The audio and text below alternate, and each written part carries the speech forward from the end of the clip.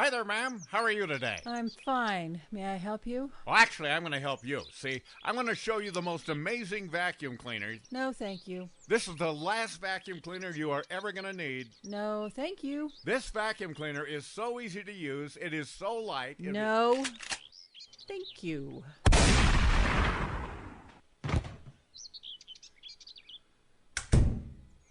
Death of a Salesman will not be presented at this time, so we may bring you this special podcast. It's almost live. Still alive. It's alive! A limited podcast series about Northwest Television's legendary TV sketch comedy show. An amazing phenomenon. Featuring intimate conversations with the writers, performers, creators. Rustlers, cutthroats, murderers, bounty hunters, desperados, bushwhackers, hornswagglers, horse thieves, bulldykes, train robbers, bank robbers, ass kickers, shit kickers, and Methodists. Your host was one of them. I think I would remember a thing like that. Pat Cashman. What's the matter with you? Almost live. This is just a real nice surprise. Still alive. Just a real nice surprise. In George Orwell's famous novel, 1984, he foresaw a time when Big Brother scrutinizes human actions and stifles freedom and non-conformity. But while Orwell was busy focusing on Big Brother, he completely overlooked the arrival of Little Brother in 1984. It was a brand new Seattle TV comedy show named Almost Live, and its very first host was a local guy named Ross Shafer. He was a graduate of Federal Way High School and then the University of Puget Sound, where he played some football and majored in business. For a while, he owned and managed the country's only stereo and pet shop in Puyallup. Seemed like a perfect idea, because when people think of stereos, they naturally think of cockatoos. But after 3 years of that, Ross then took a daytime advertising job for the 28-store Squire Shop clothing chain. But when nighttime came along, he started showing up at local comedy clubs, trying out jokes, putting together an act.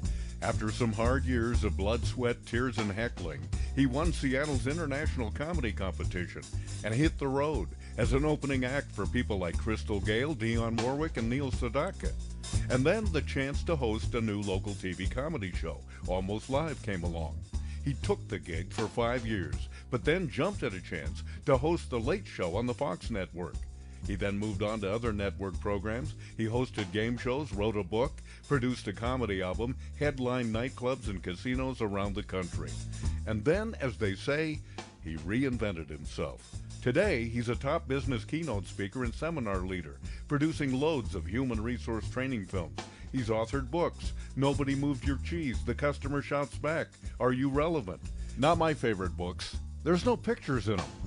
Not long ago, though, he was inducted into something called, the National Speakers Hall of Fame. Nice place. But when he's not living there, he can be found at his home in Denver, Colorado. That's where I caught up with him in a Zoom call. Ross Shafer is in the house. Not in your house. No, not my house. Not in the doghouse either, I hope. No, I'm not in the doghouse. No. Thanks for joining me for this thing, which I don't even really know what it is, but we're going to take a swing at it. You, I'll make it easy for me anyway. How did you? I love the idea that Pat Cashman is uncomfortable. Yeah. Oh, yeah, he usually is. I'm sitting on a bed of nails right now, actually. Hey, how did you get tapped to be the host of this show, Almost Live? How did that happen? Yeah. Not to embarrass you, but the genesis of that whole thing was that I was out doing stand-up comedy, and I think you saw me on either the Alan Thicke Canadian show or the Don Aaron Canadian show doing. I think it was the Alan Thicke one. Okay, yeah. So and then you went to Bob Jones who was the program director at King, and said, "Hey, there's a local guy here. Maybe we've done a pilot. We couldn't seem to do worse with this guy. He lives here." And so I got called in to. Those were my exact words. We couldn't do worse with this guy. That's right.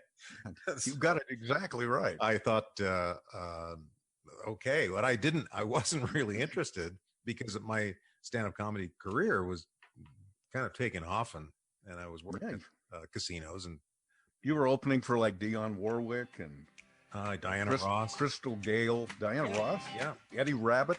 Yeah, that's right. Well, I love a rainy night. I love a rainy night. I love to hear the thunder, watch the lightning when it lights up the sky. I have an Eddie Rabbit story I'll tell you later. Okay.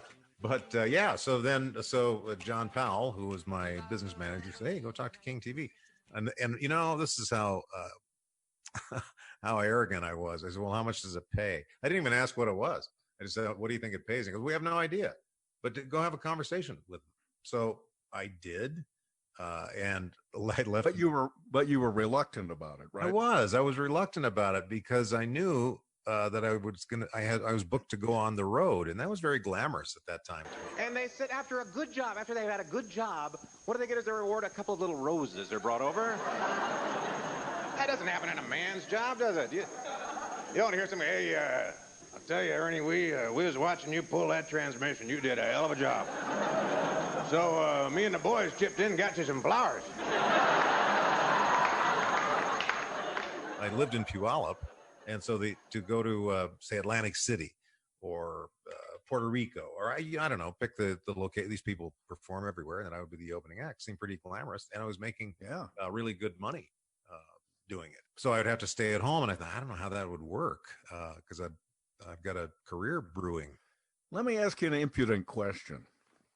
And this was back in the early 80s. What was really good money? Well, for a stand-up comedian who was used to making $50 a week at Wayne Cody's Comedy Club, I was making $2,500 a week or $3,000 a week as an opener. Ooh, that's nice. No, it was pretty good money. 83. That was, to me, that was the most money I'd ever made. Yeah, you'd be like $8-9 grand today. Yeah, it would. Don't you I think so? I think it would be easily. So you reluctantly come in and you take this meeting with Bob Jones, the program director, who had been trying to get some kind of new local show on the air. He wanted it to be comedic. They tried a couple of times with various pilots, and it just hadn't worked. And so now here you come, not even really knowing what Jones has on his agenda or what kind of show he wants. Right. I didn't. And he asked me a pretty pointed question. Have you done a lot of TV in your past? Would you know what to do? And I lied through my teeth. I said, yes, I have. And I had an advertising agency, so I was very familiar with television. I had a television set, and I could make ads, 30-second ads, but no, I didn't know anything about TV. But prior to all of that, did you do public speaking? Were you, I know you were an ad director, I think the Squire Shop, right? Yeah. Among other accounts. In fact, and you owned a stereo and pet store. Yes, I did. And so you've been involved in business and at least on the periphery of doing TV work. So you weren't really lying through all of your teeth. No, not too bad. And as far as public speaking, yes. I played the accordion at 7 years old, so I had some performing chops. Now, did you just play the accordion in order to get chicks? Of course. That and, it's a great campfire instrument. You could have, could been the next Stan Borson.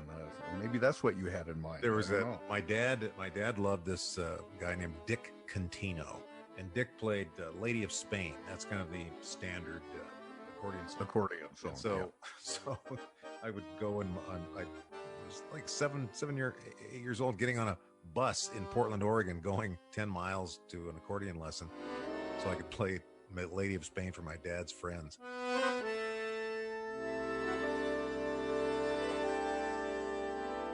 Is that where you grew up, Portland? Yeah, I was born in McMinnville, Oregon, and then we moved to Portland, we moved to Salem, and then we moved to Federal Way after that when I was in the 7th grade. So at some point you started working comedy clubs, you won comedy competitions, and next thing you know, you're opening act for Eddie Rabbit and Dionne Warwick and people like that. And now this guy has got you in his program director's office, and he's telling you about this show he wants to do. And you, even though you said you weren't interested, you were lying or exaggerating your TV experience. Yes, so there must have been a part of you that kind of, maybe let's see what this is. No. I had to be talked into it by my business manager, John Powell. It did not seem like it was something, number one, that I could do or that I would be interested in doing, because I had a family, and I had 2 small kids and married, and I thought, this is where he said, we're looking for a 13-week commitment. And I didn't know what that meant. 13 episodes, and we'll pay you $500 a week. What? Yep. And now, why did John Powell insist that this would be a good career move? He said because he had managed, because he'd actually be taking a cut in his fee. Yes, he would. Yes, he would. Yeah. But he thought there was a long-term goal here to get on television. He said opens all other doors. I couldn't see it, but he was absolutely right. And he had managed Mike Noon, who was a comedian from Seattle. He lay in his deathbed dying in the late afternoon sun. Like vultures, they gathered round him. He looked at them one by one. He smiled when he saw their faces, so falsely sad. He said, kids, I'll be leaving you soon. You'll be losing your old dad. They cried, oh no, this can't be so. But he pushed those thoughts away. Then he said, kids, about my money, I've got a funny thing to say. I blew it. I spent it all. I went out. I had a ball. You thought I was up here pining away. Well, I skipped town one fine day. I took off all around the world, and I gambled and drank. Found some girls, and I'm here to say I had a ball. I took that money and I blew it all. Walt Wagner, a piano player, and they'd all gotten television shots.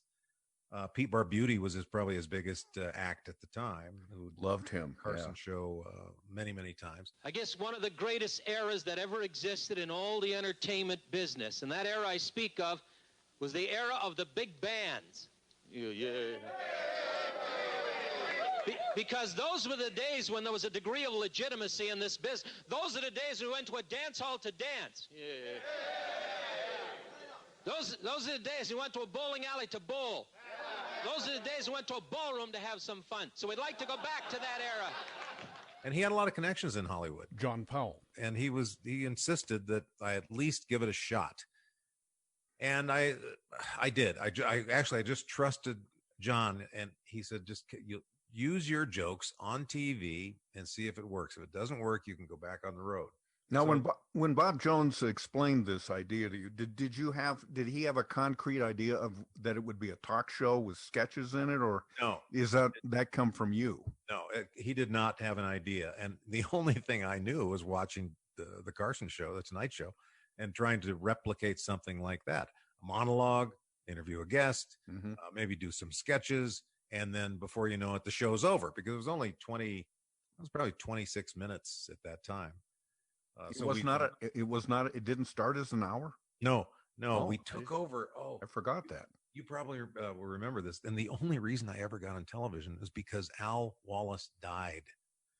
There was Al Wallace was a legendary kid show host on King TV. Yes. And what was the name of the show? It was How Come? How Come? Yeah, yeah, that's right. And so he died, leaving the 6 p.m. Sunday night slot open, and it was the much coveted. yeah, right. We were opposite Como's Ken Schramm. Ken Schramm's town meeting. Issues and arguments. And so I'd like to invite Olympic college administrators to research the First Amendment to the U.S. Constitution, write a 10-page paper on it, and then come on down. Yeah, so that was it. He said, well, can you do a pilot? That was what he says. Can you do a pilot? Can you write a pilot? And I said, absolutely, I can write a pilot. Can you get it on the air in 30 days? Absolutely. I had no idea, Pat, how to do any of that. I just called some friends and said, now I have this opportunity. How do we do that? And found people who were far more savvy than I was, which was anybody. And they said, well, here's what you need. John said, here's what you need. You need to have a entertainer. You need to have a guest. You need to have some jokes. And yeah, that's kind of how it launched. We took over the Today Show set, the Seattle Today Show set. They called it Take 5, and shot a pilot. And it wasn't very good, but they didn't have anything else to put in that time slot, so we got the gig. Now you say who worked with you primarily to conceive this show? Yeah, it was Jim Sharp, who was a former junior high school history teacher, and he and I played 6 foot and under basketball together. He and I had this advertising agency together, and he was just a funny guy. I really enjoyed him. I thought he was just we had a good simpatico with our sense of humor. And it's kind of interesting that how many more than one. Tom Juvic was a writer on the show. Ed also Wyatt, a teacher. Also a teacher at Bellarmine Prep. So at least you were getting some smart people in there, even if they didn't have TV experience. They were smart. They were witty. They were fun to be around. And that was important in those days, is that you'd want to hang out with. It sounded like it was going to be a lot of work. Then you want to hang out with people you like. So Jim worked. He essentially functioned as the producer of the show, and the pilot, as you say, wasn't very good. Did they ever air the pilot? They did, and I don't think it got very good ratings either. We were also assigned Dana Dwinell, I think, was our initial. I think she was initially just to help us get through it. Mm-hmm. But we had very little direction. We had, I think Walt Wagner was the guest. We didn't really have anybody else, because the first episode that we ever did of Almost Live was Jim Palmer, the underwear model baseball player. Yeah. But Baltimore Orioles. Yeah, the Orioles guy. Yeah, handsome guy who turned out to be very charming. I wear jockey brand underwear for comfort and style. Did he come out in his underwear, or was he more fully dressed? No, we asked him if he could do that, and he said, no. Can we sit on the couch? Yeah, sit on the couch in your underwear. No, no, we're not gonna. How about at least boxers? Yeah, no, that's not. I'm not known for my boxer look. So when you started the show, and it eventually became an hour long, Sundays at 6, you probably used up your monologue jokes pretty quickly. So what happened after that? I mean, how did you sustain a show every week? Tonight on Almost Live with Ross Shafer, comedian Jerry Swallow, Seattle's Mr. Hollywood Stu Goldman, and a visit with Bill Nye, the science guy. All tonight, Almost Live. And now, here is Ross Shafer. The following is an encore presentation of Almost Live.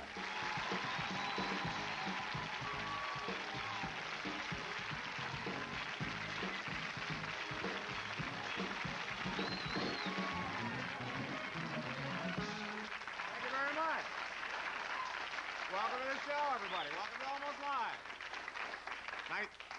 Nice to have you here. Well, I had to write more. I had to learn how to write more jokes.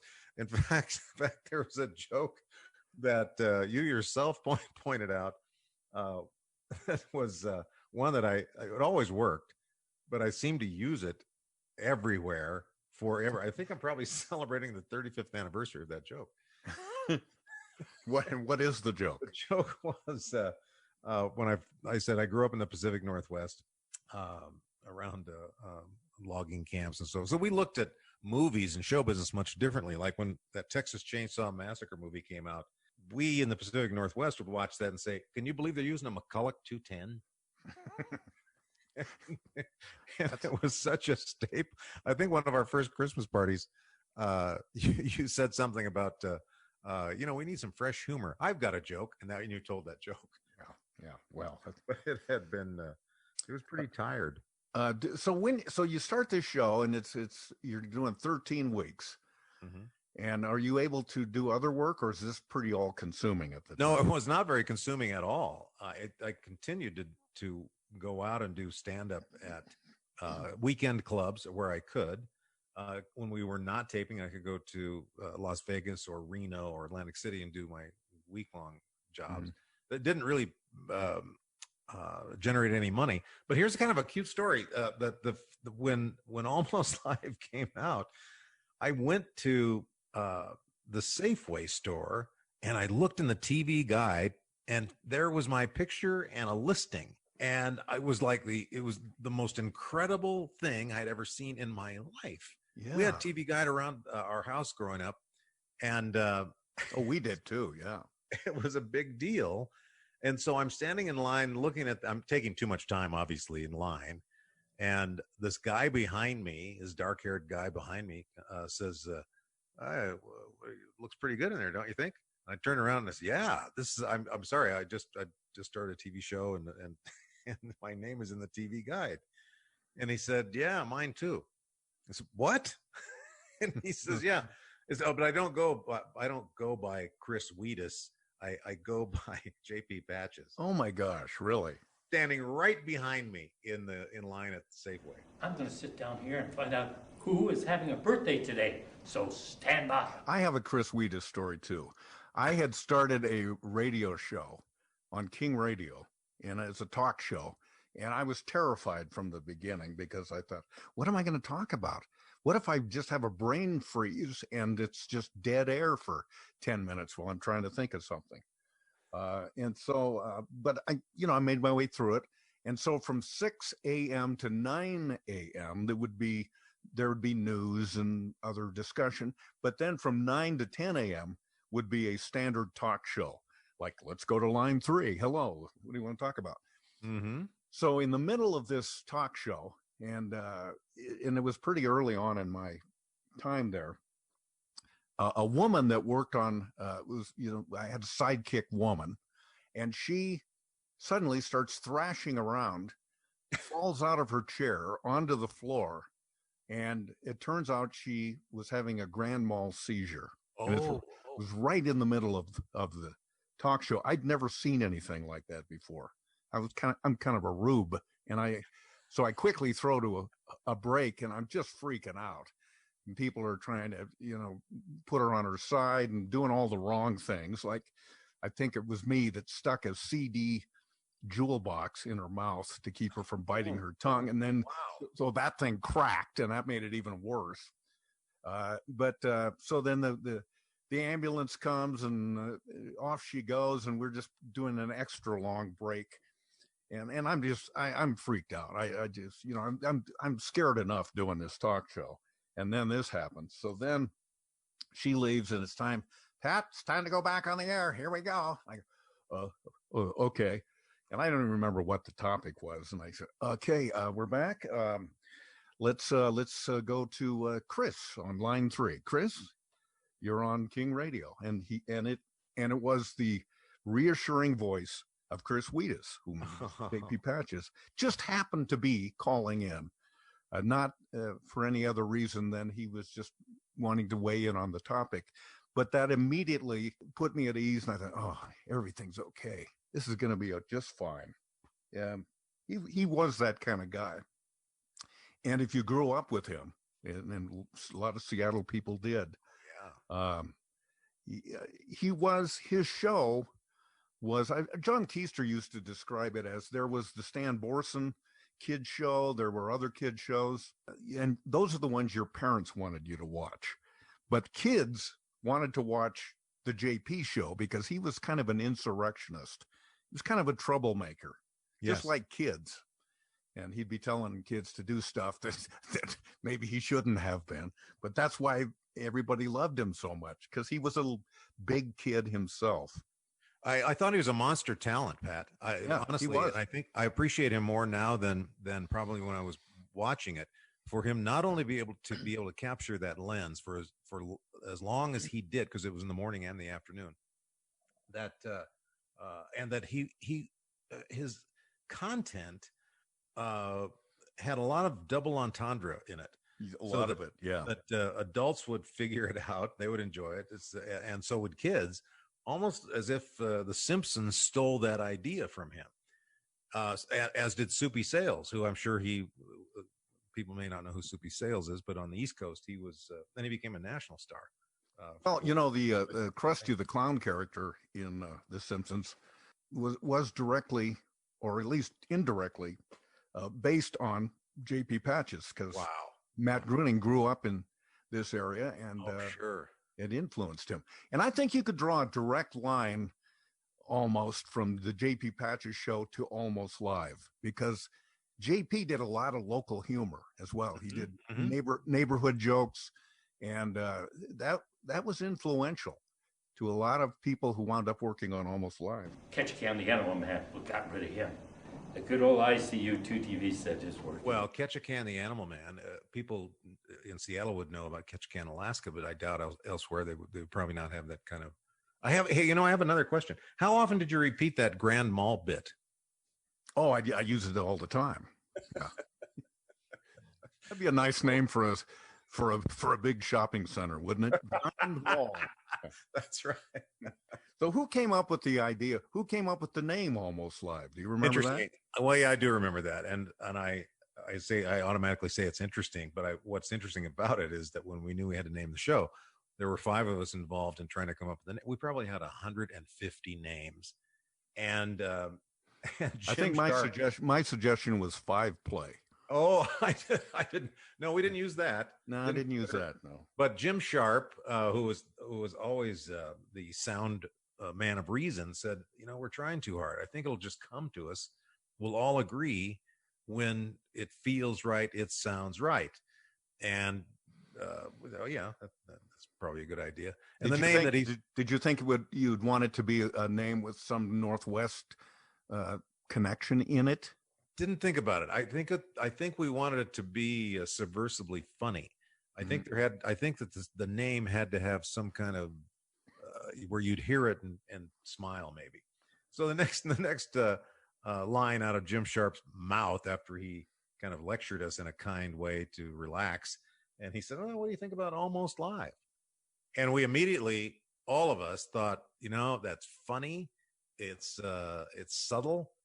And it's true. We're gonna tape it a few days. Self-deprecating as well. It's It had all of those elements that maybe he set us up. Maybe he suggested that we be open to just relaxing, and we did. But it fit. It was a really easy fit for us. It's such a great name. Now, in hindsight, for sure. Well, and also in hindsight, the stupidity of it was that we did not copyright that name, and then when I think it was Comedy Central then made Almost Live national, they had to pay a comedian in Arizona who stole the name, and I think they paid $36,000 or $7,000 for that. Just to get the name back. I didn't know that story. Wow. Yeah. Jeff Valdez was sneaky, and he took that name and started a show in Phoenix or Scottsdale with that name. A very substandard show compared to what we did. Jeff Valdez, huh? Yeah, he had an oil tanker named after him too that they had to pay $100,000 for the rights to that. So, he pulled the same stunt with it. And there's this guy in town, Jeff Valdez. He runs CTV. He was a comic. I just didn't like him. You ever since I've known you and your career before comedy was that you were an entrepreneur. You started, as I mentioned at the get-go, this idea of having a stereo and a pet store in the same store. Mm-hmm. And you worked in the ad business, always entrepreneurial.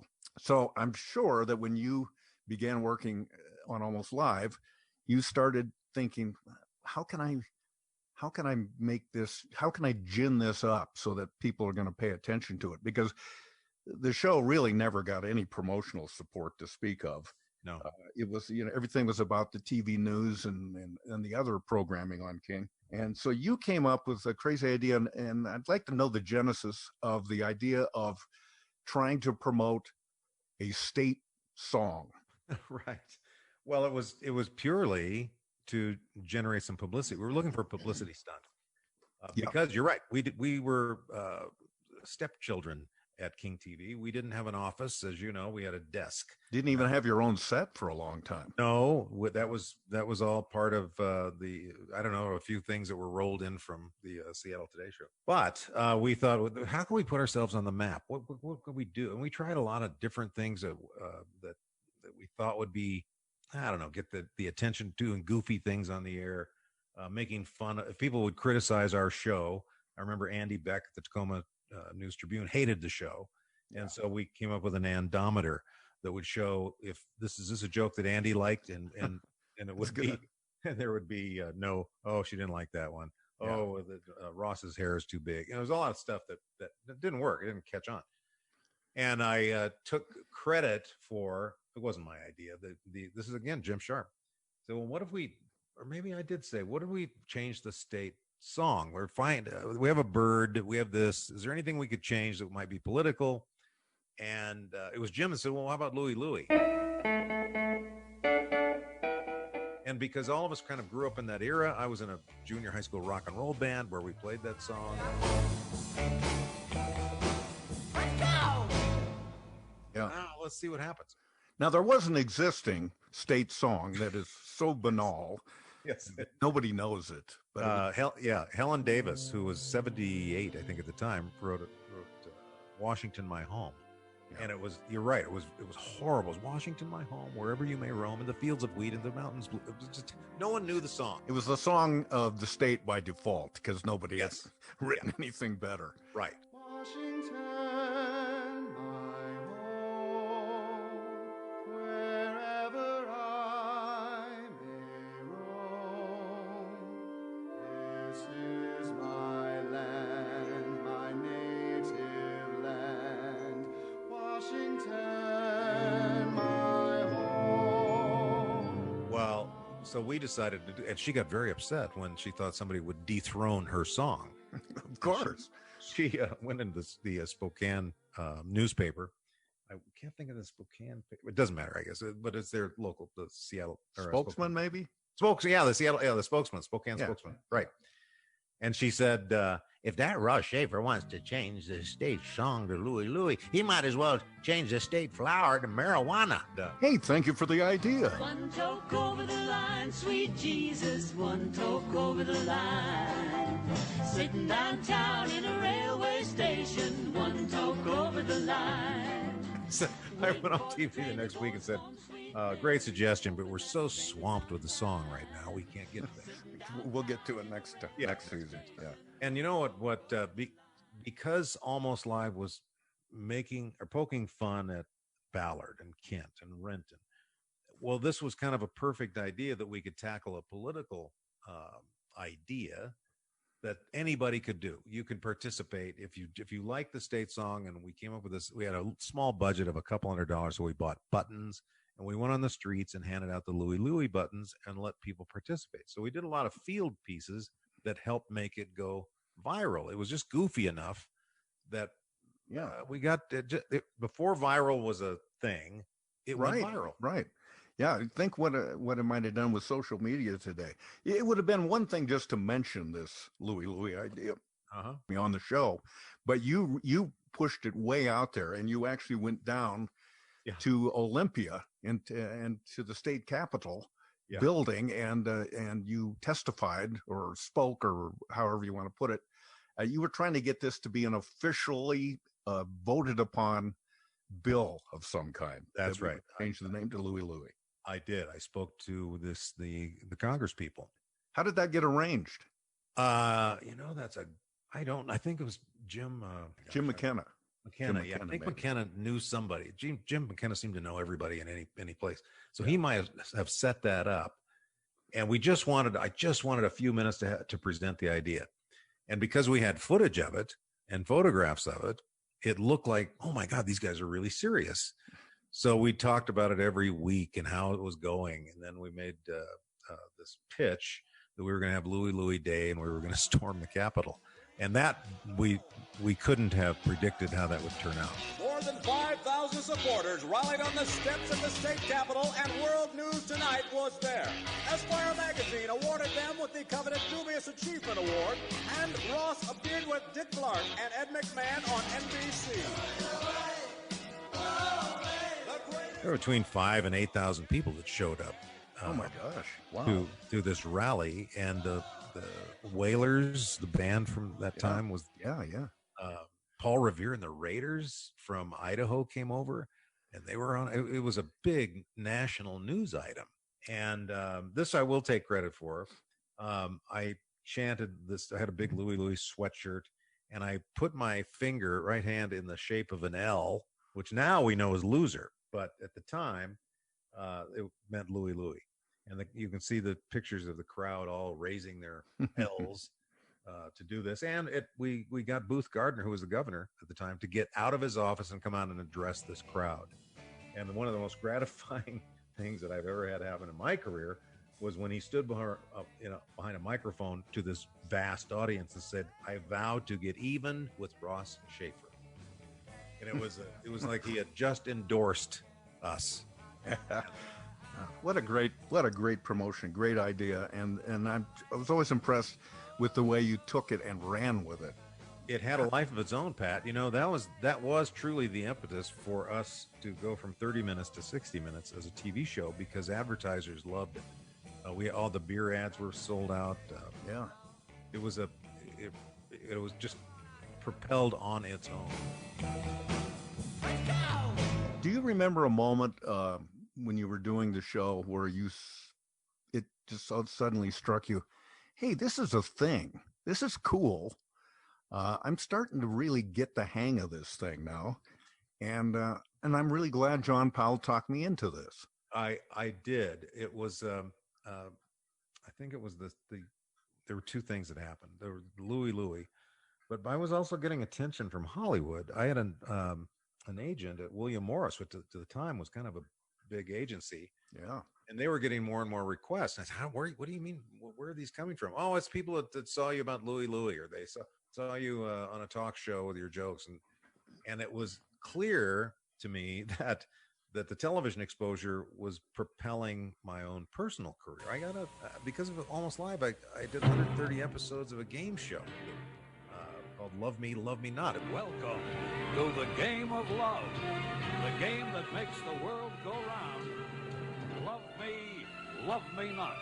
Now, meet the star of Love Me Not, your host, Ross Shafer. Love Me Not. Thank you very much. Thank you. Welcome to the show. Now, first of all, I want to tell you, this is not just a regular game show. We want to give you information about men and women that you don't normally get. Now, probably you don't know that the sport enjoyed the most by men and women is golf. That's true, and I kind of agree with that. Golf takes a lot of cunning and strategy and wits, because that little pencil I give you doesn't have an eraser. It failed. It was an MGM production, but it was a real big deal. Were you doing that concurrently? Yeah, I was doing that in the summer break, during the summer break. Oh. Jim Sharp and I went to Vancouver and shot it at the BBC studios there. And while the show wasn't very good, it was so much practice in such a short amount of time. We did 130 episodes in about 20 days, it seemed. And I just came back with a lot of confidence. And we had a new set. More money was being thrown at the show. We could bring in people. The guest lineup got better.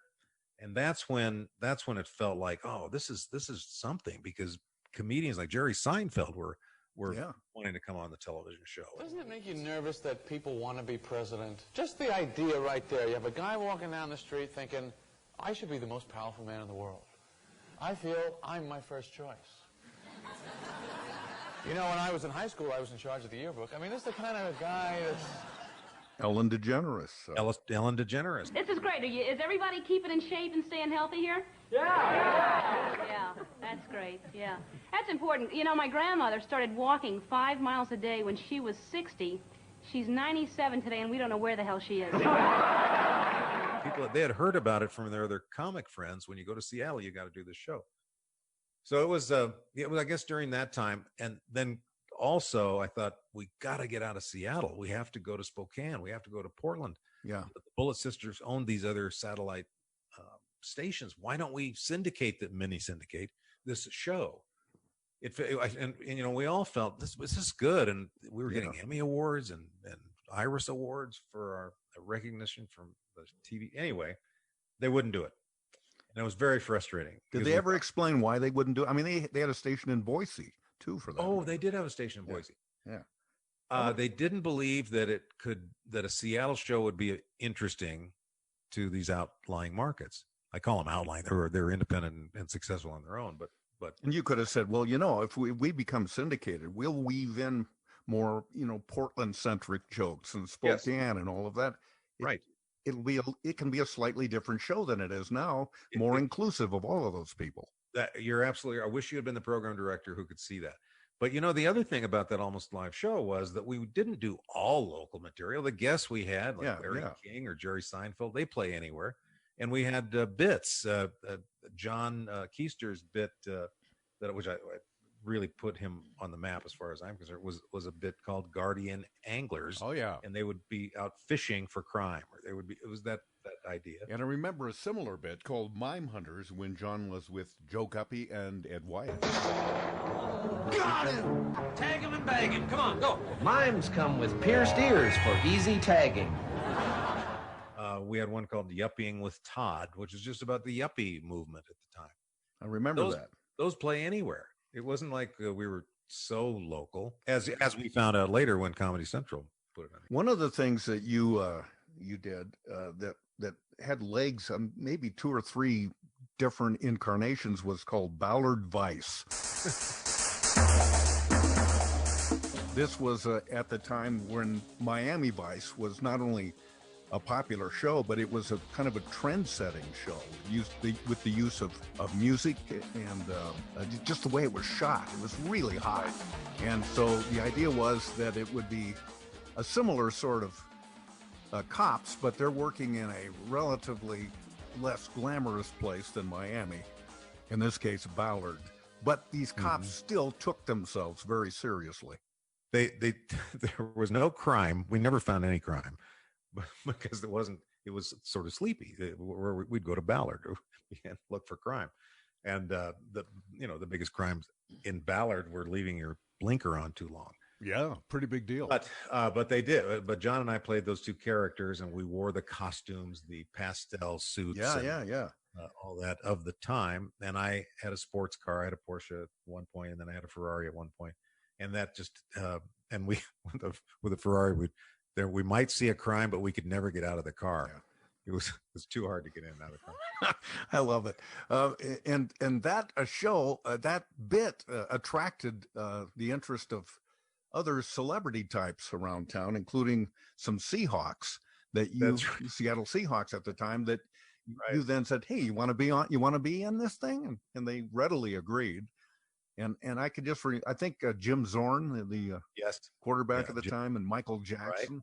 Right. Yeah, that's right. The linebacker Michael Jackson. They wanted to be a part of it. It was a guest cameo that they thought was cool, and we made it cool. The way we edited the show, made it look like they could be dangerous. And you know what, Pat?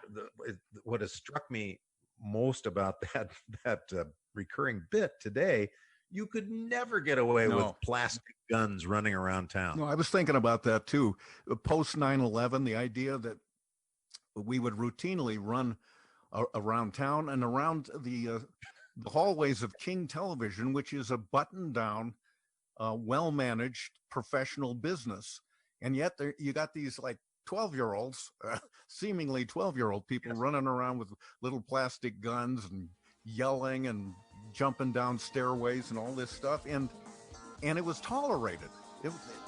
Everybody was okay with it. That was one of the bonuses of having that show get some attraction, or traction, I should say, but it was also an attraction, that John and I became recognized so much in that town that if we were out shooting something, people they wanted to watch. They wanted to see. Nobody questioned us. They assumed that we had permits. They assumed that we had asked permission somehow to do that. And that, of course, never happened. No. When Brian Bosworth came to town. Well, the best kept secret in the Northwest, we would like to introduce you to our #1 pick in the supplemental, Brian Bosworth. He's a big personality. He had that love-hate relation, mostly hate. I don't think people really liked him, but he played into that. And so I went to downtown Nordstrom, bare-chested, with blue 44 painted on my chest and back. And I walked in with a camera, and I said, well, I'm really looking for the Bosworth department. Point me to the Bosworth. And people was, I think it's I think it's on the second floor. So we have cameras. We're going all up and down that store. Yeah, well, they didn't have any securities staff standing around in stores in those days. No, not at all. Not at all. We literally owned the town at that time. And because it was a popular comedy show, they just assumed that nobody would get hurt. It would be, maybe they'd see themselves on camera at the next Almost Live or whatever it was. We were just given license to be foolish. And by golly, we did it. We did. I wasn't not as involved with the show in the early days of it, but you'd let me come on once in a while. I can remember one live bit we did, and I just, this one sticks out to me because we just had a premise but no script, and the premise was that I was come out like I'm a Mutual of Omaha's Wild Kingdom guy. And I come out in the pith helmet and all of the jungle outfit, and I've got a cage with me, and you interview me as if I'm a real person, and I think the punchline of it was that I reach into this cage, and there's a kitten in there, or something. I don't remember what. That's right. Yeah. But I remember we didn't know how we were going to end the bit. We really didn't know how. We just had the loosest idea of where we're going to go. And man, it looks it too, if you ever get to see the bit. Well, you and I are a fan of the comedy team of Bob and Ray. Oh, yeah. I am the president and recording secretary of the STOA. What does that stand for? Slow Talkers of America. And you and I look like we had credibility, whether there was a way we comported ourselves or our deeper voices or whatever it was. It sounded like we could speak with authority, even though it was nonsense. And so you sold it as if this was going to be important. Your work is important.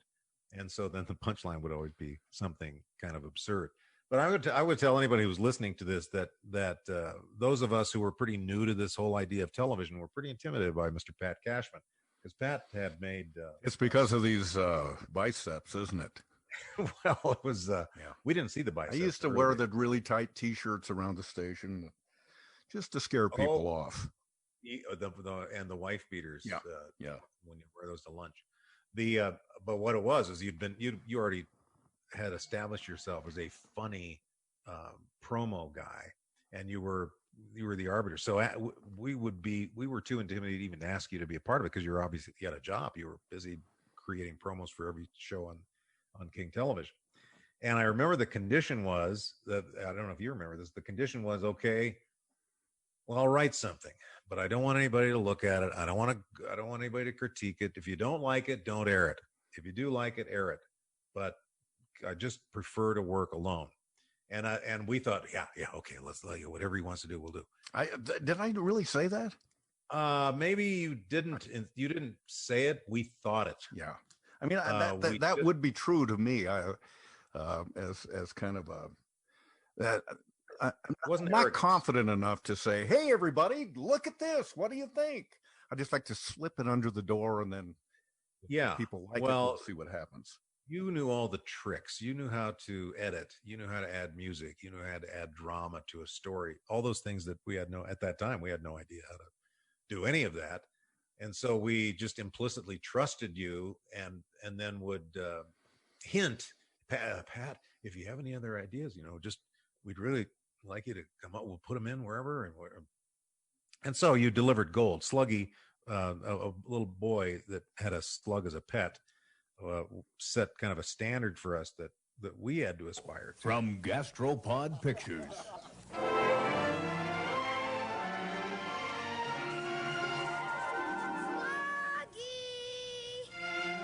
And it was based on the little kid in Christmas Story. the movie Christmas Story. I loved the look of that kid in the movie Christmas Story. And so you found a guy just like that. I found a kid actor. Get my gun, boy!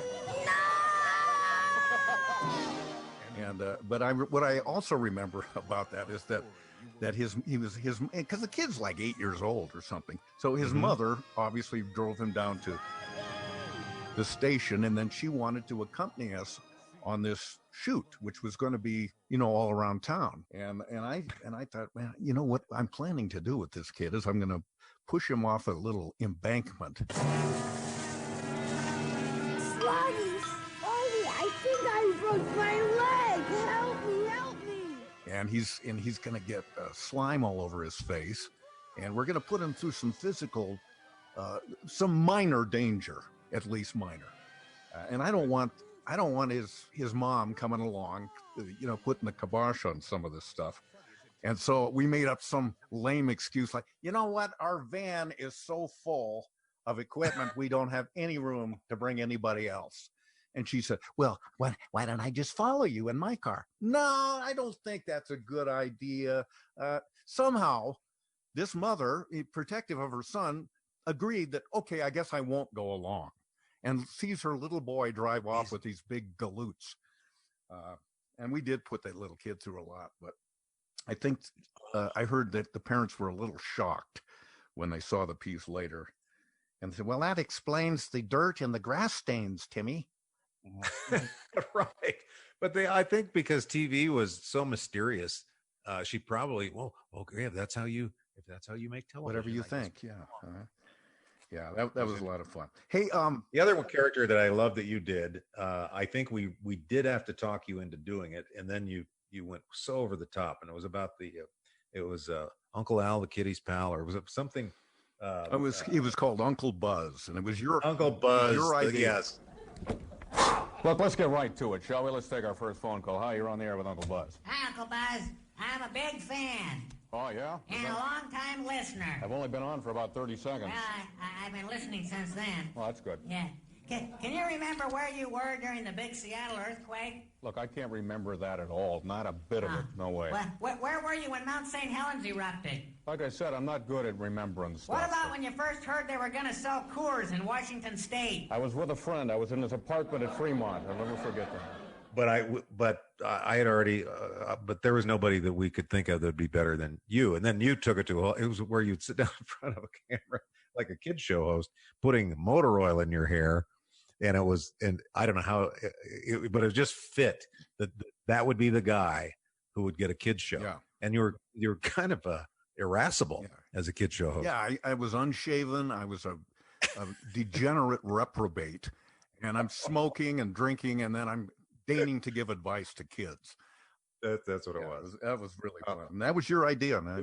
That was fun for me to get to do that. It was so fun, but the motor oil was nobody's idea. That had to come from you. And I wasn't smart enough to use fake motor oil, No, it was real. It took days to get it out of my hair, and I could have used like a golden colored shampoo or something that would have looked like motor oil, but no, I wasn't smart enough to do that. Hey, I want to talk to you about John Keister and when and how he came to the show, and somebody told me that initially you weren't that big a fan of him. Not at all a fan of John's. I didn't understand why, if this was our show, we were assigned this guy who was on the Rev.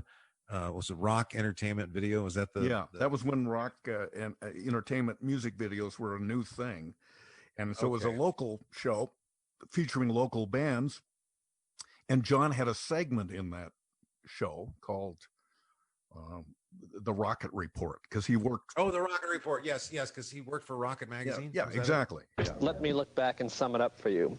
A lot of old heavyweight club bands are breaking up, and the new groups trying to take their place are having a hard time drawing people away from this crop of video bars and dance clubs that only play recorded music and have people waiting in lines for hours to dance under the glow of television screens on sweaty dance floors. Happy 1984, and remember, the Rocket Report is watching. Okay. So we just were kind of blindsided. Jim Sharp and I were blindsided. We said, oh, hey, there's a guy that who's going to be on your show. We said, oh, the comedian we know? No, he's he does music, and he's a kind of entertaining guy. And we met him, and he didn't like us either, but we were stuck. And we thought, here's what we thought. Jim Sharp and I thought, well, hey, let's just let him come up with something. Maybe he'll have enough rope to hang himself. We were not very nice. And so we said, oh, what do you have in mind, John? And he said, well, nothing right now. But if I come up with something, I'll let you know. I'll let you know. That was truthfully how. So we thought he'll never get anything on the show. He's not disciplined like us. We know that we have to put something on television on the weekend. It can't just be when you come up with something. Right. We've got deadlines here.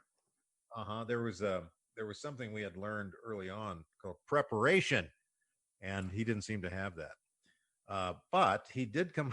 He had an idea, and he said, well, can I just go out and shoot it? Sure. Just go out and shoot it.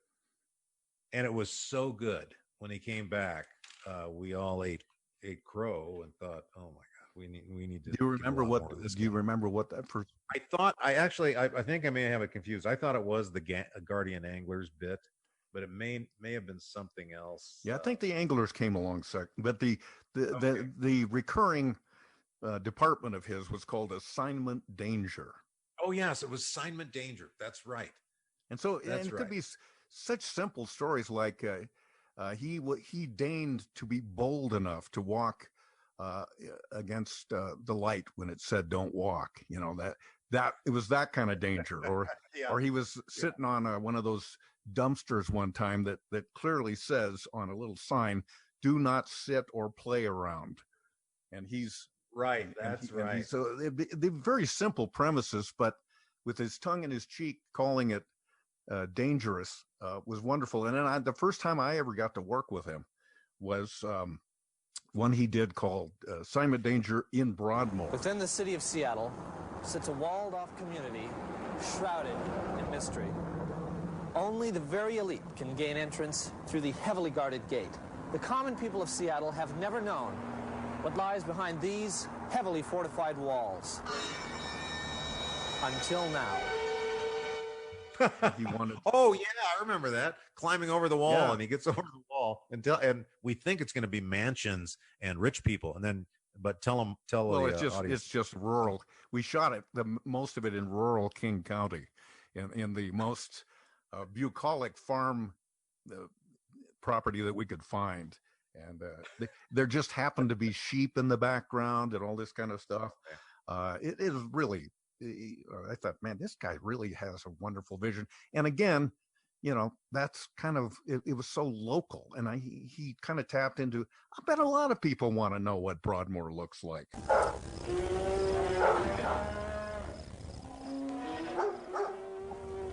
This is Broadmoor?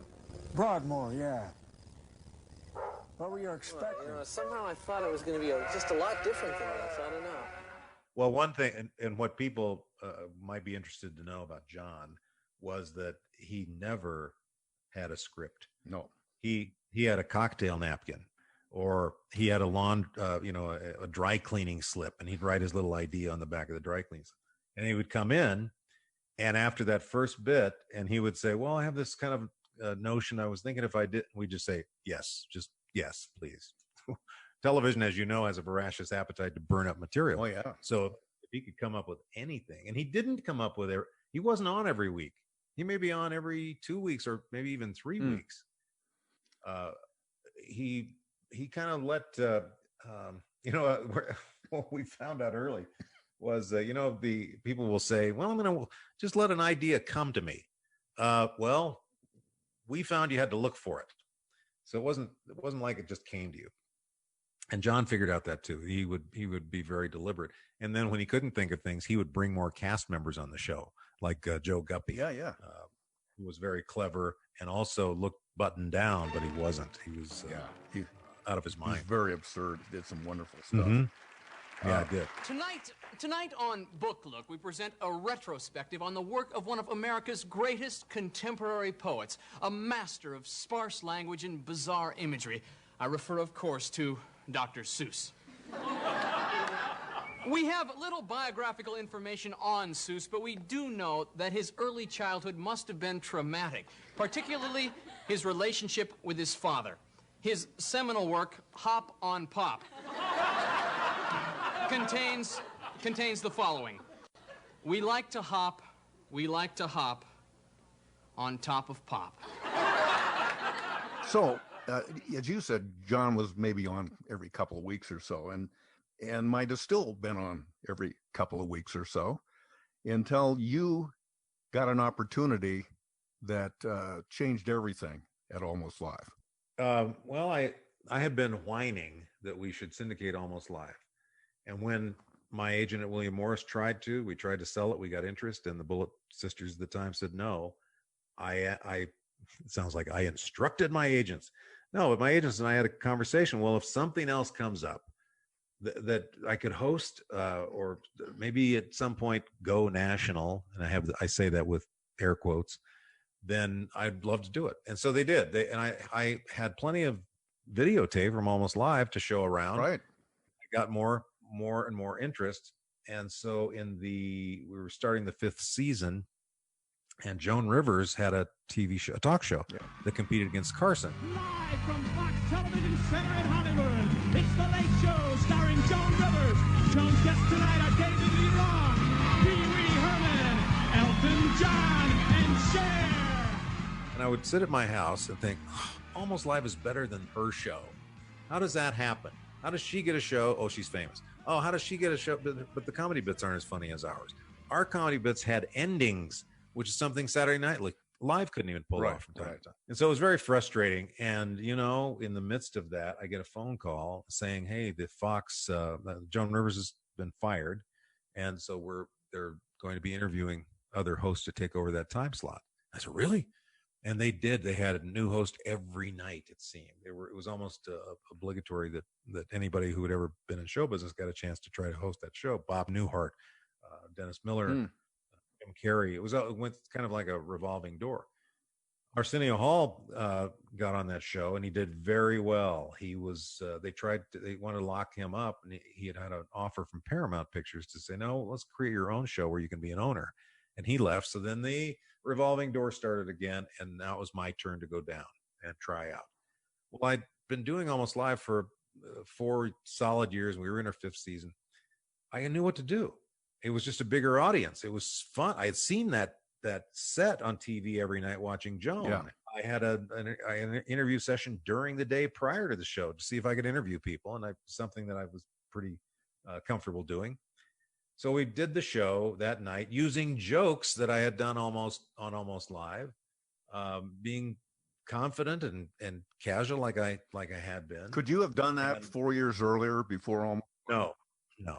I would have been like a little kid who had been pummeled and too embarrassed. No. It took that 130 episodes of the game show in Canada. It took the 4 years of Almost Live. It took all of the stage time that I had as a stand-up comedian to have the confidence to walk in to what seemed pretty big time, to go in and act like I owned it. Yeah. And so after that show, they virtually presented me with a contract at the end of that episode, and I was now going. They wanted to hire me to take over that show from. Because they had contracted with all of their affiliates, they had to produce that show. My problem was that I had a radio show on KJR at that time that was daily and Almost Live. So I had 2 contracts that I had to get out of if I was going to be able to go to Los Angeles and produce that show. And that part was not easy. Morally, it was not easy, although I hadn't written in my contract that if something of national importance came up, I could get out. I tried to do both. I try to do Almost Live and go to California. Tape Almost Live on the weekends, go back to Monday through Friday at California. And Bill Stanton, who's the producer, and Debbie Masana, who was then the program director, said, it's just not working. We need to find another host for Almost Live. Totally understood. I felt embarrassed about that. Did you think they were trying to hold you up and make you have to choose, or did you take them at their word that okay, get another host? Because I can't choose to stay at Almost Live when I've got a chance to do this bigger show. I felt that way. I never felt like it was because they were so congratulatory. They were at the time, both the Bill Stainton and Debbie were saying this is going to look good for Almost Live that we launched a national host. I don't think it's practical. It's not practical for us to do both because you're here during the week writing the show, which is absolutely true. And for you just to drop in on the weekend and host it, it seems like we're not getting the best out. And I completely understood. It was harder to get out of my radio contract, basically, because I had to leap right away, and they had to fill 4 hours every afternoon on KJR. Yeah. But ultimately, it was such a big leap for somebody like me that I thought I can't let this opportunity go. It may never come around again. The stars were aligned. I already knew how to do that job. And your agent, John Powell, of course, was encouraging as well, right? Yeah, he was. This is what he had been waiting for, grooming me for, and the agents and the attorneys too. That this was the moment where if I didn't screw it up, it could be this big career. You want to read that? What's that? That message? Oh no! Like you got oh no, I don't. Like you got a no, text. It's just Pat. I'm so popular that. Yeah. Oh, it's ABC. Oh, I'm sorry. No. They want me to fill in for David Muir at night. I'm not going to do that. Do you think I'm going to drop an interview with you? He's not funny. He's not funny at all. So you went and did that, and then at least one, or maybe two, Jim Sharp and Scott Shafer went with you from Almost Live. Yes. Yes. And then for a short period of time, John Keister came down, and you had him sort of sitting in as sort of an Ed McMahon type of sidekick guy. Well, and it went well. John killed. And what had happened at the network, at the Fox network? Russ, we need to find a sidekick for you, and we have some people lined up. Well, that it's not. You can't just pick somebody to be your sidekick. There has to be some chemistry. You have to get each other. And there was nobody. I kept pitching John Keister as the guy. But he was also hosting Almost Live at that point. So I was poaching. But I had 3 or 4 people show up to be the co-host on that show, and it didn't work. One of them was David Spade. Have you ever seen yourself from the side? It's horrifying. I go like this. Who's this dude? Oh my God, is that me? Is that what the world sees every day? It's who invited Gollum in here? I'm like, and David Spade and I had dinner to get to know one another, and he was nobody, but he completely ignored me. This was before his Saturday Night Live time? Yeah, way before Saturday Night Live, before any of his sitcoms. He was just kind of an up-and-coming Dana Carvey lookalike. Yeah. That was what they billed him as. We have the new young Dana Carvey at Bernie Brillstein. So I have a dinner with the agent Bernie Brillstein and somebody else from that agency and David. And I was now at that point, I was on a network talk show every night. So I wasn't an unknown by that point. But David treated me just horribly. So finally I said, David, do you want to be on this show? And his words said it all. He kind of was leaning on his elbow across the dinner table, and he goes, "You look like my dad." Wow. Okay. No. So that's another way of saying no. Yeah, I get it. Yeah, it's another way of saying no. So did you were you in addition to being the host, did you have the authority to go thumbs up or thumbs down on whoever this sidekick was going to be? I did, but after the fact, they would bring in these people, and I'd try to make it work, and I'd say, look at the tape. It didn't work, did it? No. Well, I have the guy, and it's John Keister, and he's in Seattle. Can you just bring him down and give us a night? You'll see what happens. And so he comes down, and on that night we had this.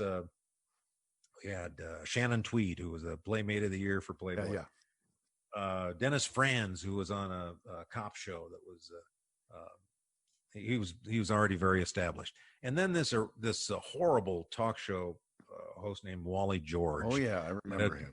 He had an underground kind of talk show. Why do these mentally deranged people have to get through to me? Why aren't they in some padded cell? That's with phones taken away from them. I hope your mother, I suppose you did have a mother or have a mother of some kind. I hope she washes your stupid mouth out with lies. He and Morton Downey Jr. were battling to be who could be the biggest asshole on TV. I didn't mean to say. Can I say TV? Yeah, I guess so. Yeah. Okay. I'd rather say television, but it takes longer to say. Yeah. So Wally George's claim to fame is he happens to be Rebecca De Mornay's dad. Correct.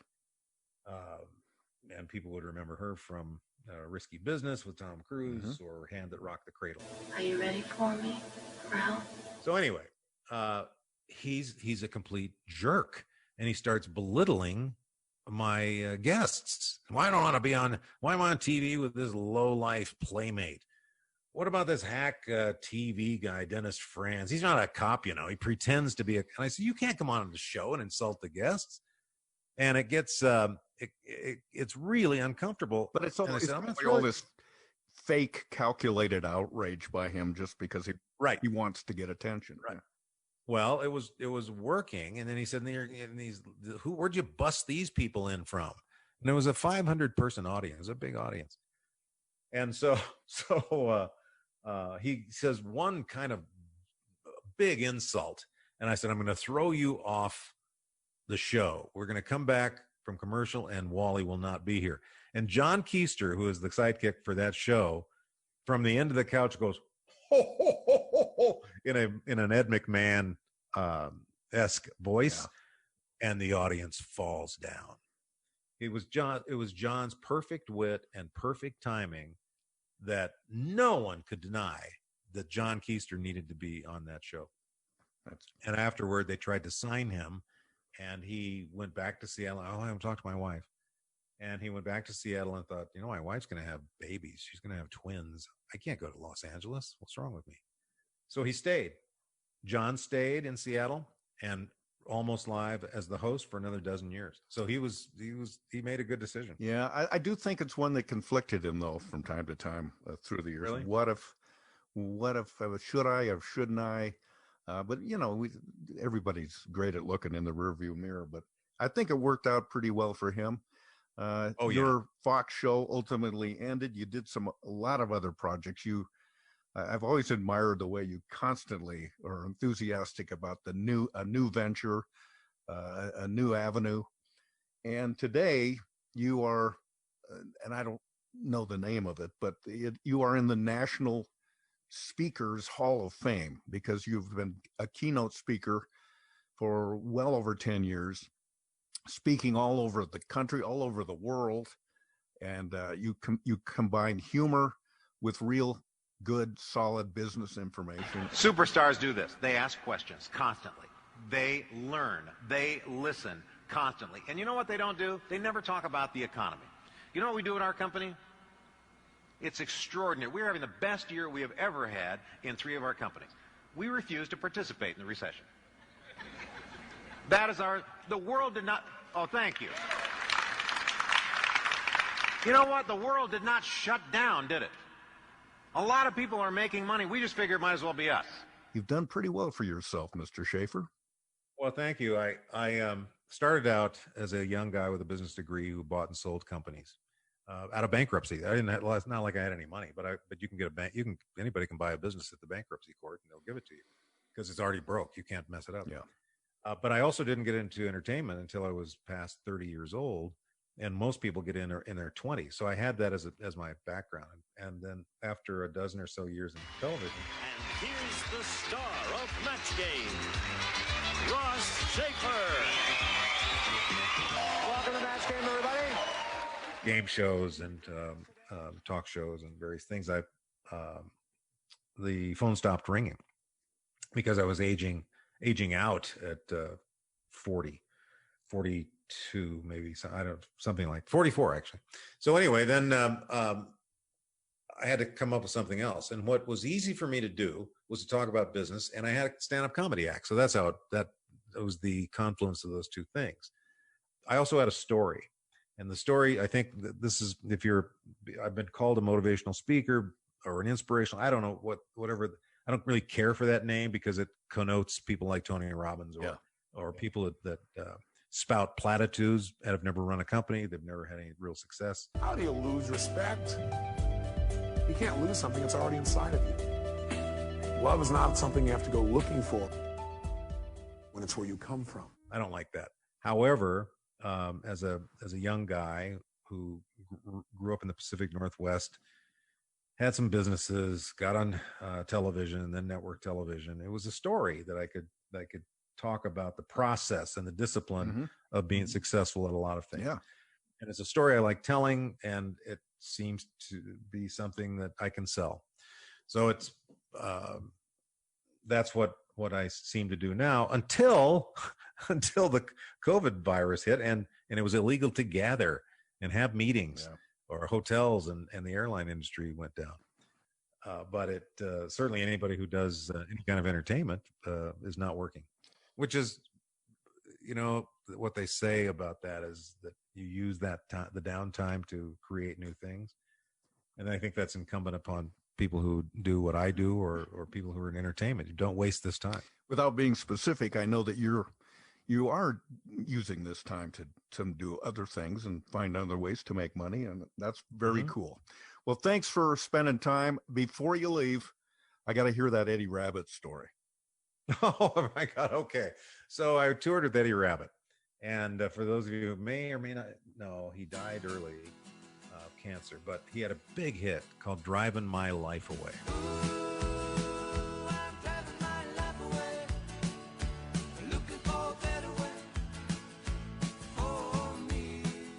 So I'm working with him, and we're becoming friends and having cheese trays at the end of the shows. And he says, "Man, I wish I could do what you do." I go, "You can. I'll write some jokes for you." And there's a part in his act where he would say, people ask me, "Is Rabbit your real name?" And no, my real name is Money.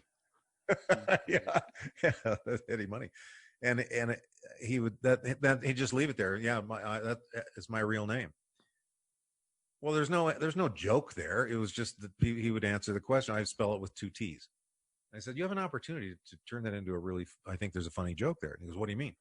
"Tell people that." So yes, it's my real name, and it's difficult growing up with Rabbit as your last name, and it was particularly hard on my sister Bunny. And so it's not a great joke, but it was kind of a cute joke for banter. That's what. Yeah. So the way he would go on stage, he never got it right. He'd say, "Rabbit's my real name, spelled with 2 T's, and it's it was really hard on my sister Bunny Rabbit." No, you don't have to say her full name. Yeah, he never did get it right. Thank you again for this, my friend. This little stroll down memory lane.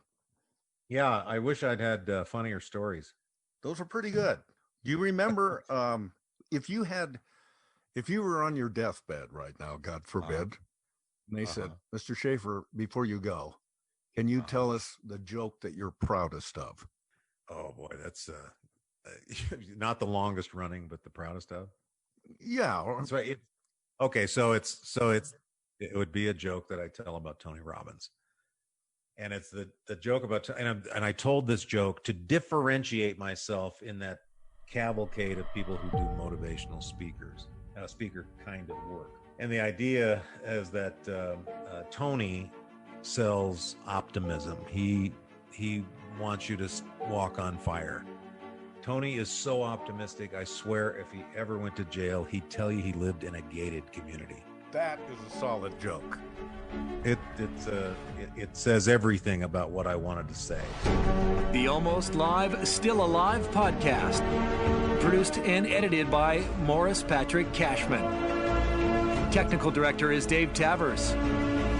And special gratitude to the legendary Kenneth George Buford McCaw, Almost Live's chief archivist. And thanks also to King TV Seattle. This program was made possible in part by the 12th century nun and mystic Hildegard von Bingen, inventor of spoken language. and by Emil Berliner, creator of the microphone. And I'm your announcer, that kid from Sluggy, Chris Cashman.